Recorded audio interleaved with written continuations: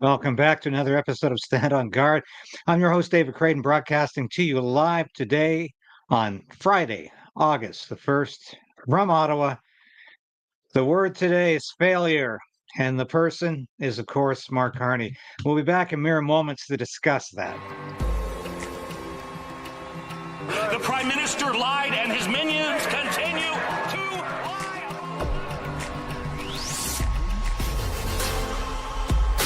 We need political change,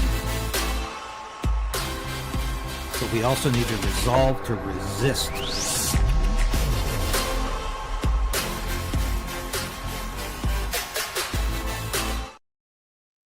Yes, please like the show now if you can, so we can beat the algorithm, get the numbers up today. Thank you so much for watching and subscribing. We're headed beyond the 60,000 subscriber mark. I want to hit 100,000 by the end of the year. I don't think that's unrealistic. And I know with you, we can do it. Thank you for your support. And please give us a thumbs up and share this broadcast, please, with your friends and family, because YouTube won't do it. I appreciate your support so much. And hope a lot of you enjoyed the interview yesterday. It didn't get the response I was hoping for, but for those of you who watched it, really liked it, share it with your friends and family. Let's make sure people see that interview with Alberta lawyer Eva Chipiak. I was quite proud of that interview. I think it was quite informative, and I think a lot of you did too. Before I forget, and I always forget things like this, because I'm so focused on the news that I forget the housekeeping. This, of course, is Susie Sanderson, who was the first and up till now the only person to send in a picture of herself with Krayden's Right merchandise. Here she is with our free speech cup. And because she was the first, we're following through with our promise to send her, yes, we're going to send her this beautiful Stand on Guard hat. And here's my promise to the next person out there who sends in a picture of yourself with my merch, we'll send you a hat like that. And I'm not promising everybody who sends a picture and is going to get a hat, because I can't afford that. But the next person to send in a picture of themselves with Krayden's Rights or Stand on Guard merch, you get a free hat. So I didn't want to forget that today. I have a tendency to do that. I get caught up in the news and bang, there we go. Before I get into Mark Carney's fiasco as Prime Minister, and where do we begin? Where do I begin? You have to tell the story of how poor a Prime Minister can be. This is Mark Carney, but I wanted to show a few things that I've neglected over the last few days. This is Pierre Poilievre posting the other day about housing. He says, remember when Carney promised to double home building? Right. It's since fallen off a cliff as liberal taxes and bureaucracy block homes, kill jobs, and leave a generation of youth in their parents' basements. So true. You know, there's people in their 30s and 40s in their parents' basement because they can't afford the rent. They can't afford a house, can't afford a mortgage. So I'm sure we all know people like that. And this is another killer. Another result of this deal that President Donald Trump got with the European Union. You remember when former Prime Minister Justin Trudeau used to say, there's no business case for liquid natural gas sales to Germany. Remember that? No business case. Yeah, well, there was probably about a $100 billion to $500 billion business case for that. But Justin Trudeau didn't want to sell fossil fuels. So what happened? Well, the European Union has gone to the United States, and the United States is going to get $750 billion in energy purchases. We could have had that $750 billion, but thanks to Justin Trudeau, we're not getting it. So, you know, this is incredible. And consultant, this print is ridiculously small. I have to consult my glasses again. Why did Carney advise Trudeau against LNG exports? Now the Americans eat our lunch, and we are losing hundreds of billions. Just like I said, despite the theater, liberal elbows have been down for a very long time. That's really the emphasis of today's show. The elbows down crap. I don't want to say mythology because it doesn't quite attain that level of mysticism. The elbows up nonsense was actually, remember, started by Justin Trudeau in the dying days of his leadership, quote unquote leadership, when he said, we've got to keep the elbows up with those Americans. I didn't quite say it that way, but that's where it started. And Mark Carney inherited that talking point and took it all through his leadership campaign, took it all through the federal election campaign. And yeah, he was going to be so tough with Donald Trump. Remember that? He was going to be so tough with Donald Trump. Well, here's Mark Carney admitting utter defeat and failure. And here's his statement on Canada-U.S. trade. Now, I'm not going to read this because it's drivel. It is a massive mound of bovine crap, BS. And of course, if you're wondering how we got here, well, maybe it's got something to do with Mark Carney to officially recognizing the Palestinian state just days, literally 2 days before Trump came down with the August 1st tariff of 35%. Yeah, there, I said it. Canada will be subject to 35% duties on all goods not covered by the U.S., Mexico, Canada free trade agreement. So that's worse than Justin Trudeau. Remember, Justin Trudeau was going to get 25%. And once again, Donald Trump is saying it's got something to do with that F drug. I'll say it once during the broadcast, fentanyl. In repeating it, I'll have to say F because it's one of those words we can't repeat very often. But remember, we appointed a F czar. Justin Trudeau appointed now. He was a former top-level RCMP, deputy commissioner of the RCMP, top-level advisor to Justin Trudeau. We haven't heard a peep out of this man since he was appointed as the so-called F czar. And of course, as we know, this drug continues to come in at the Vancouver port, continues to be processed at sites within the interior of BC, and continues to go across the border. Nobody's even checking for this drug at the Vancouver ports because they don't want to admit it's real. And got some more news I'll get to here later, but let's have a listen to the CBC report because this is funny. And why is it funny? Because it's what they don't say that is so incredible. If you listen to this reporter, the CBC reporter, not only says, hey, it's no big deal, 35%. That's no big deal. It's not going to cover very much. And then he admits that Mark Carney called Donald Trump yesterday, and Donald Trump wouldn't answer the phone. It went to voicemail. Donald Trump is not interested in talking to Mark Carney anymore, despite the fact, and I'll show those clips, despite the fact that Mark Carney got on his knees in obeisance to Donald Trump every time the two of them met. I mean, it's absolutely incredible. And this is the guy with the elbows up. Yeah. If Donald Trump's threats are real, Canada has just hours to secure a trade deal with the U.S. The deadline, midnight Eastern. Canada's negotiating team remains in Washington. Officials have been tight-lipped, but the U.S. president is speaking out. Overnight, he said Canada's plan to recognize Palestine would make it very hard to negotiate a trade deal. This afternoon, though, he said it may not be a deal breaker. Well, we're going to see. No, I didn't like what they said, but, that's their opinion. I didn't like that.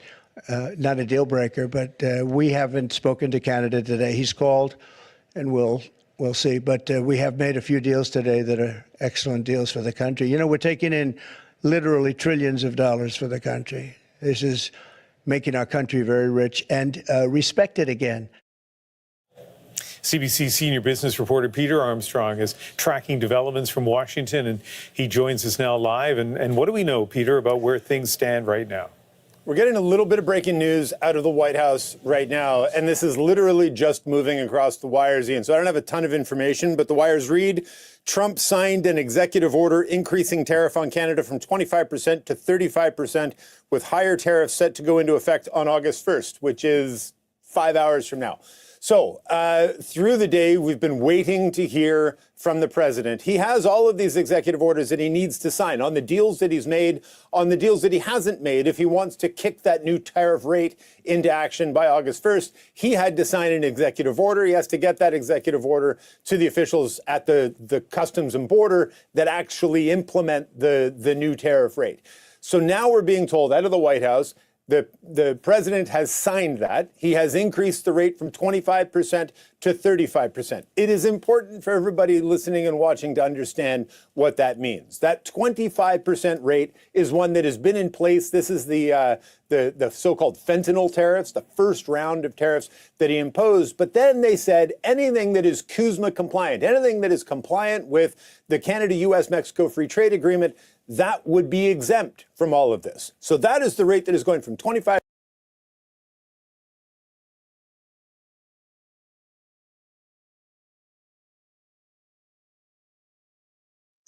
Sorry, I had my mic muted. CBC is telling you here not to worry. It might be a 35% tariff, but hey, you're not going to feel it at all. And of course, that's exactly the opposite of what we've been told up till now. Mark Carney made this an article of faith that we had to stop this tariff because it was going to hurt Canadians at the grocery stores. So, so it's not going to affect us very much. I don't believe CBC. Percent to 35%. The fact is, the Bank of Canada crunched the numbers, and we got their latest forecast yesterday. 95% of the goods that are sent from Canada into the United States are covered under that CUSMA deal. They are CUSMA compliant. So only about 5% of goods coming into the United States will pay this new higher rate. And if you sort of look at what is actually paid by whom, at what level across the country on all the different various products, the Bank of Canada says that rate comes all the way down from 25 to about 5%. It'll be interesting to see what the math means, how much that 5% goes up now that we've gone from 25 to 35. This is not what Canada wanted, but this is a very real outcome that we're worried about happening today. And now. Okay, this is double talk, of course, but it's also called CBC covering the butt of Mark Carney. Don't worry. He's an absolute failure. He has done nothing to prevent this.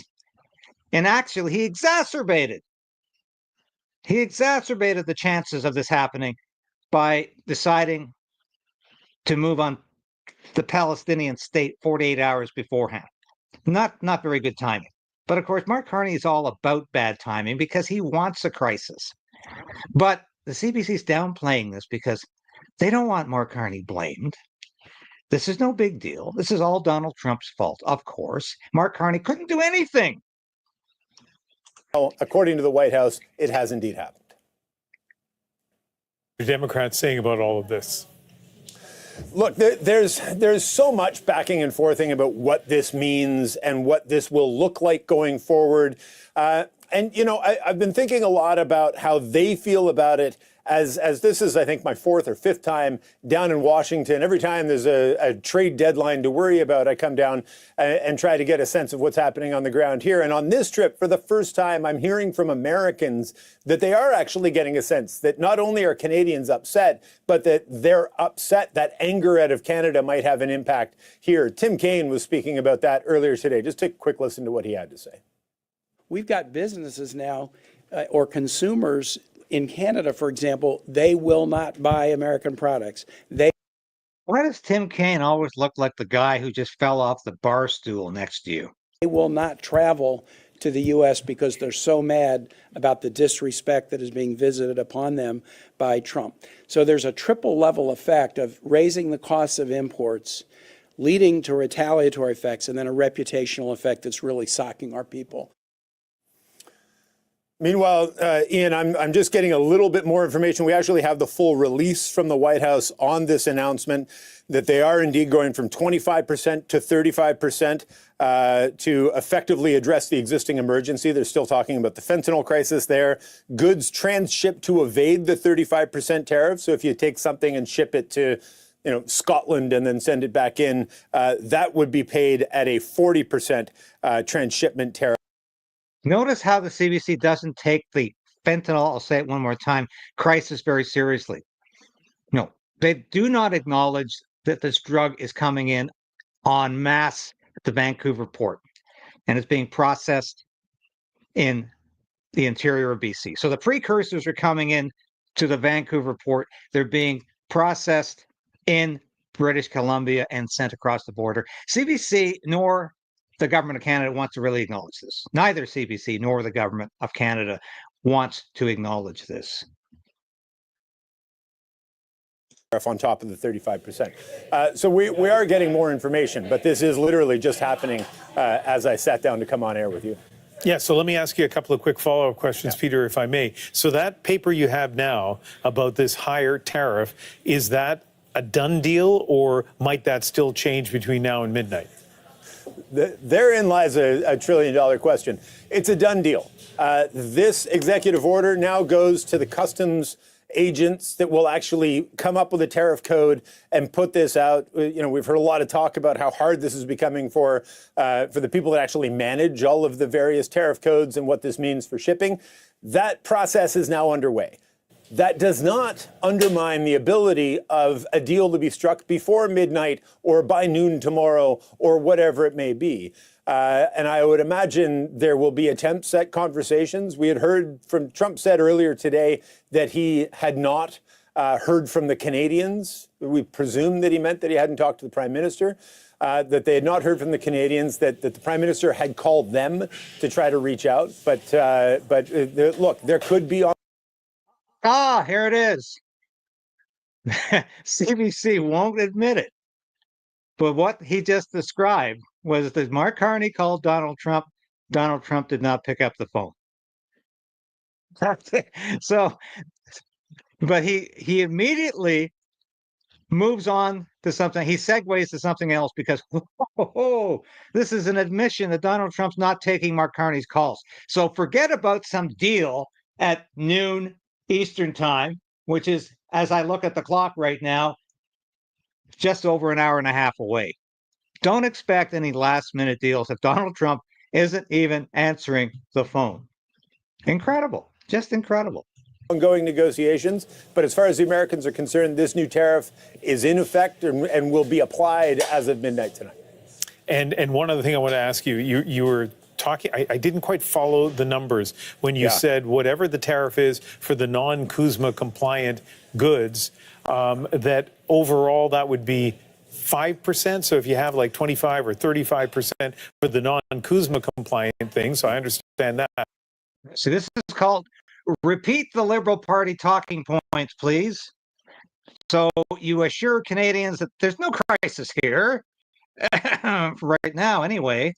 But the point is, Mark Carney really does want this to be a crisis so he can come down hard on us in a very authoritarian way, in a bigger authoritarian way than he's already done. Where did the 5% come in?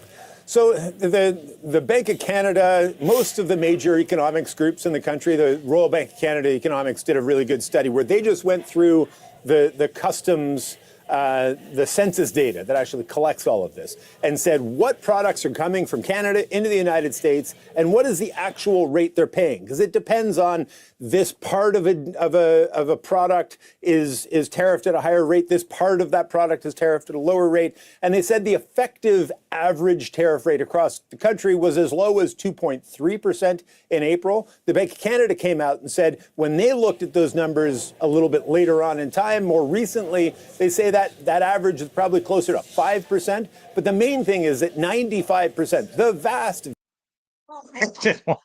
just a salad of a numerical salad, and you're thinking, okay.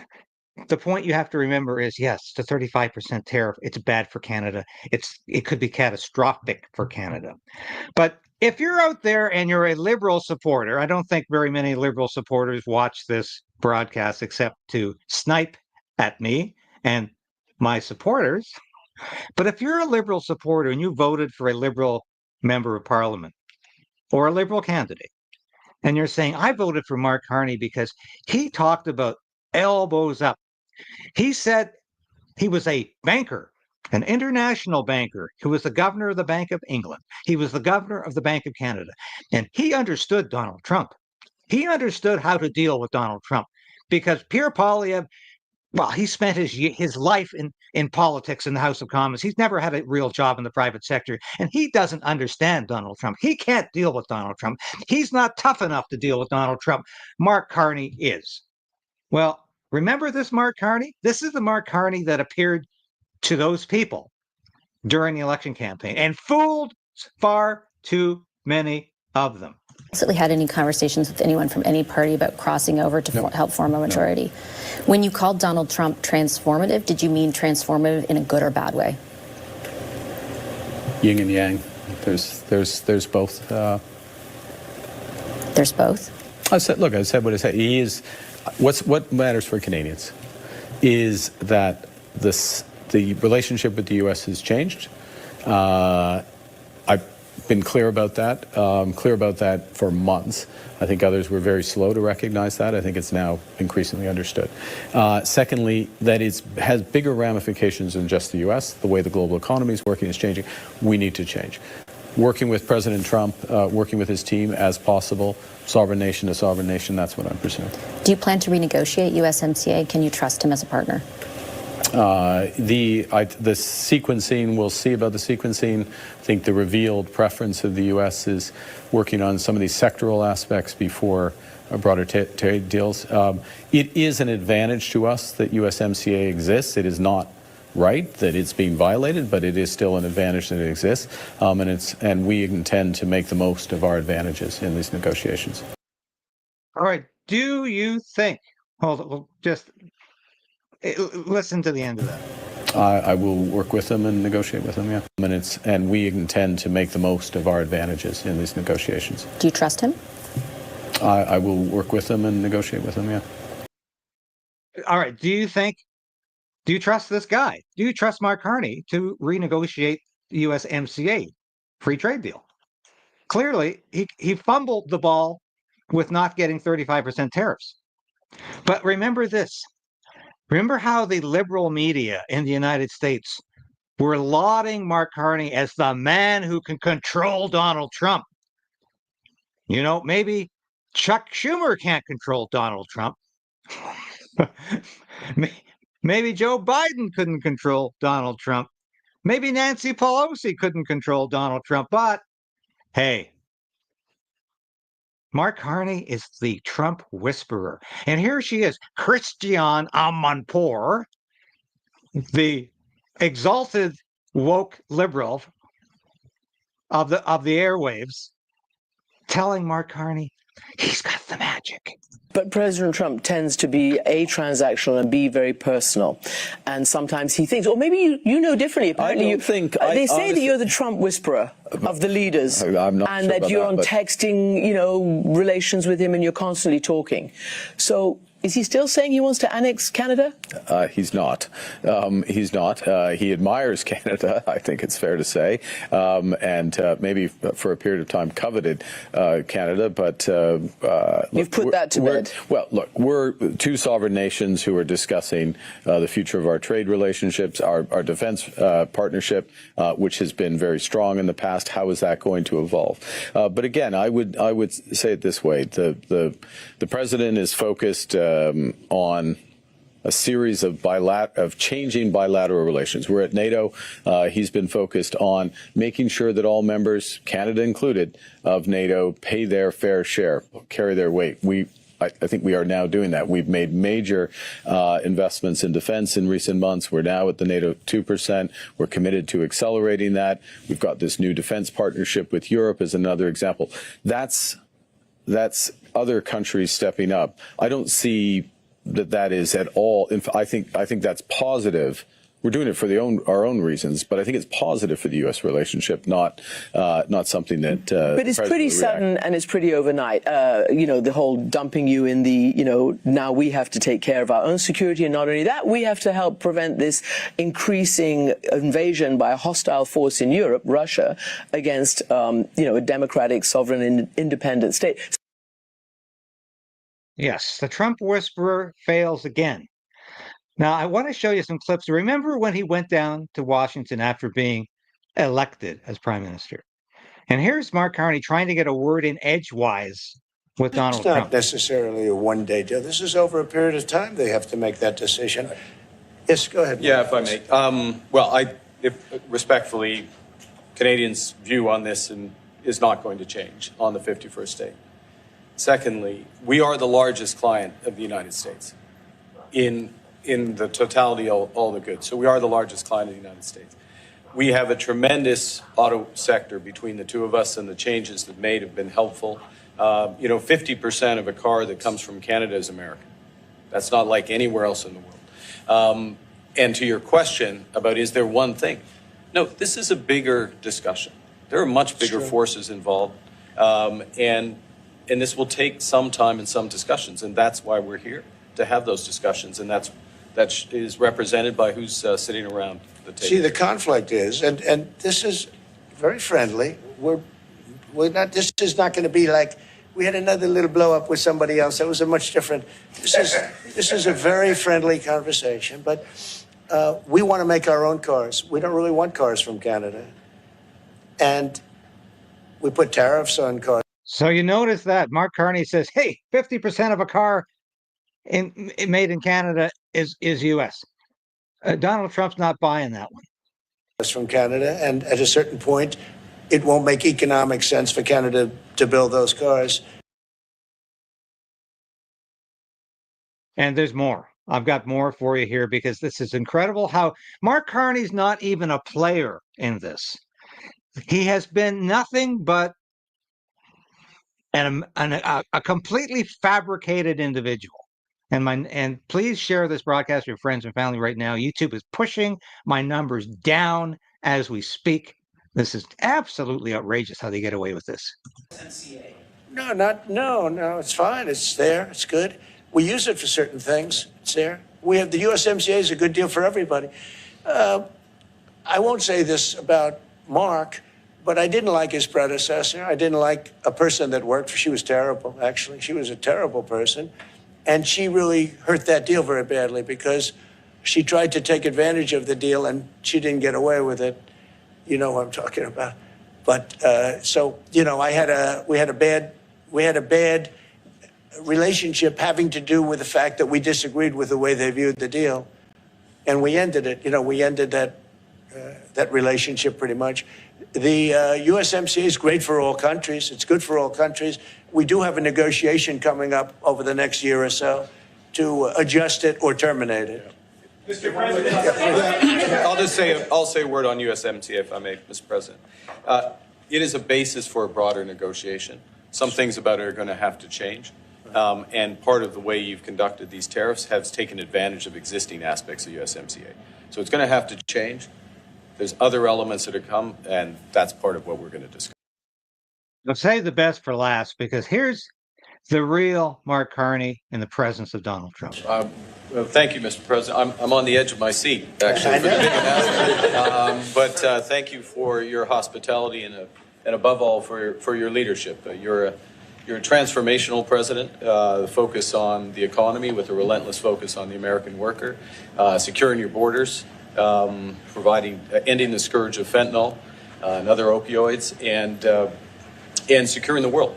And I've been elected with my colleagues here, with the help of my colleagues here. I'm going to spread the credit to transform Canada with a similar focus on the economy, securing our borders, again on fentanyl.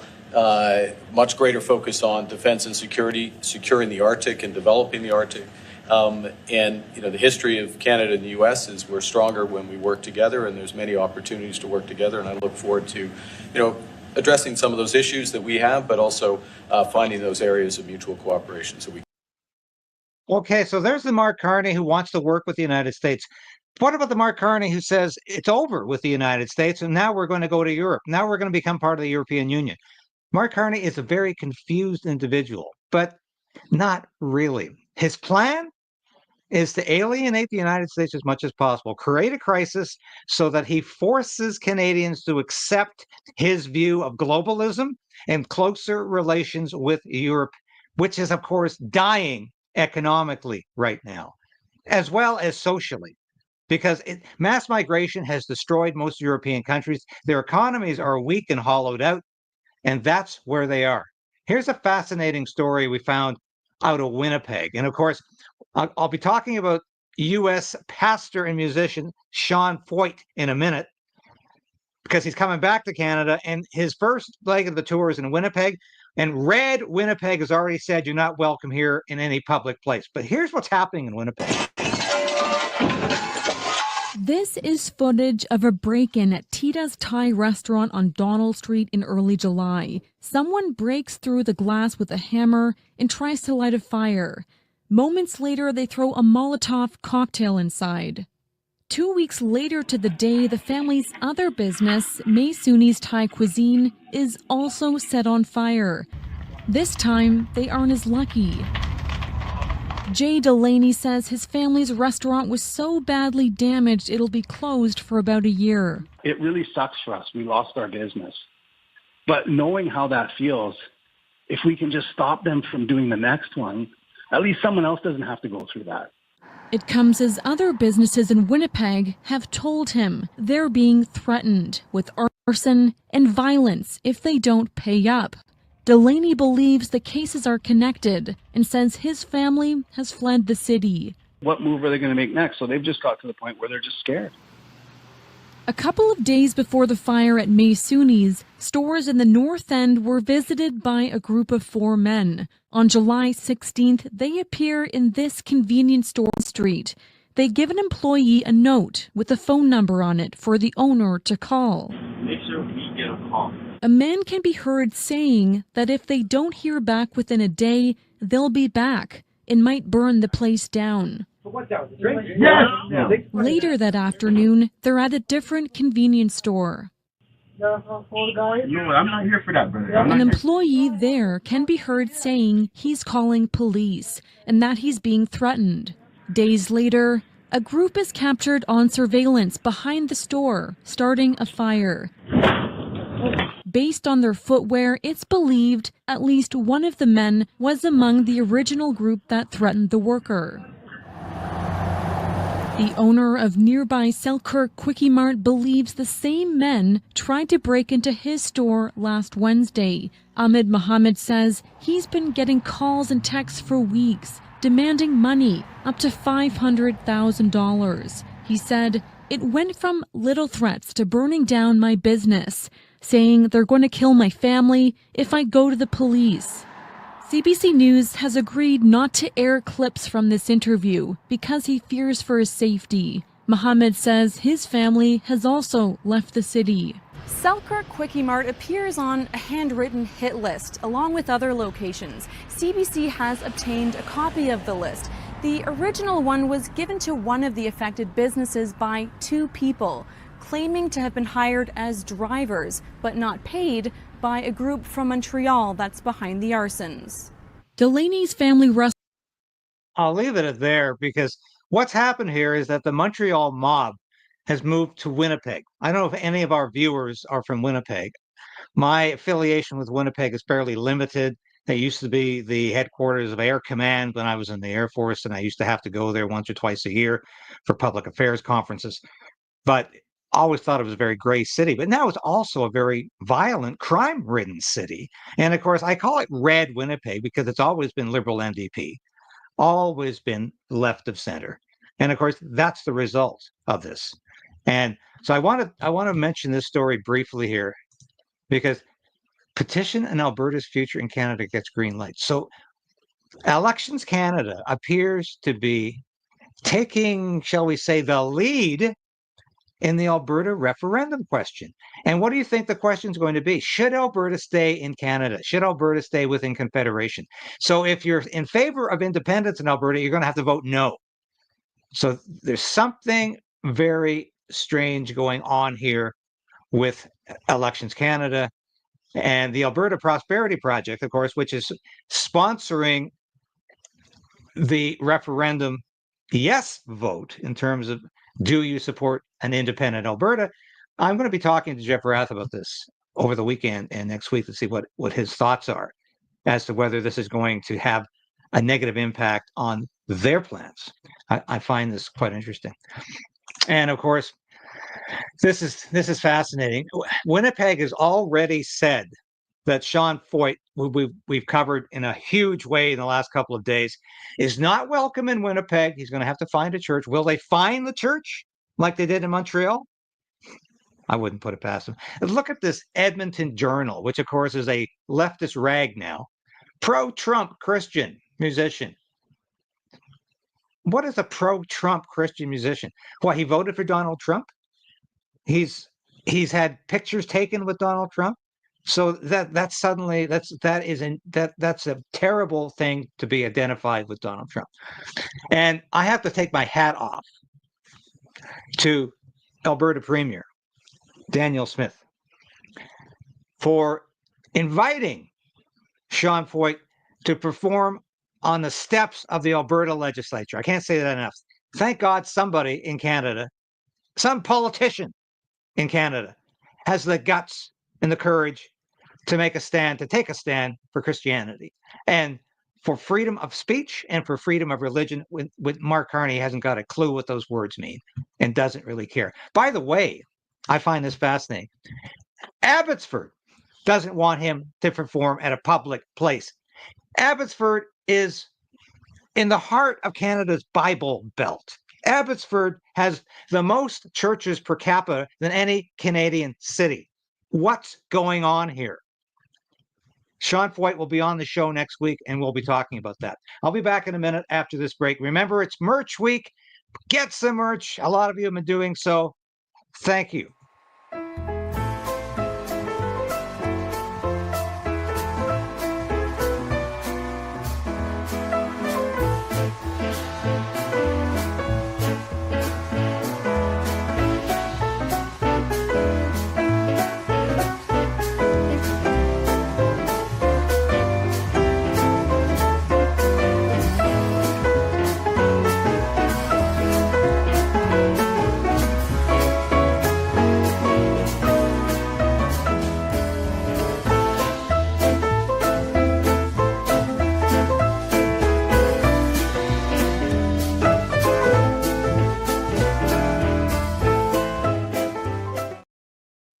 Yes, please have a look at the store.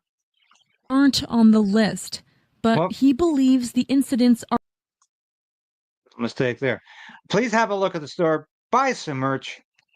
Have a great August 1st. You know, it's a pleasure to host this show for you. And it's invigorating. It's energizing. I'm so happy to be alive. Let's put it. It's some days you wake up and you say it's great to be alive. It's great to continue the fight. And that's why you watch this show. You're resolved to resist. You want to continue the fight for freedom in this country. And that's what we're all about. That's what Krayden's right. That's what Stand on Guard is all about. Fighting for your freedom. Fighting for my freedom. Fighting for our freedom. And I'm going to keep fighting until I have no breath left, because we need to do that. Thanks for watching today. I'll be back again tomorrow on Saturday, the usual time, 10 a.m. Tune in. Don't miss it. Thanks for watching. God bless this country and Godspeed to all of you. This has been David Krayden broadcasting to you live from Ottawa. Bye for now.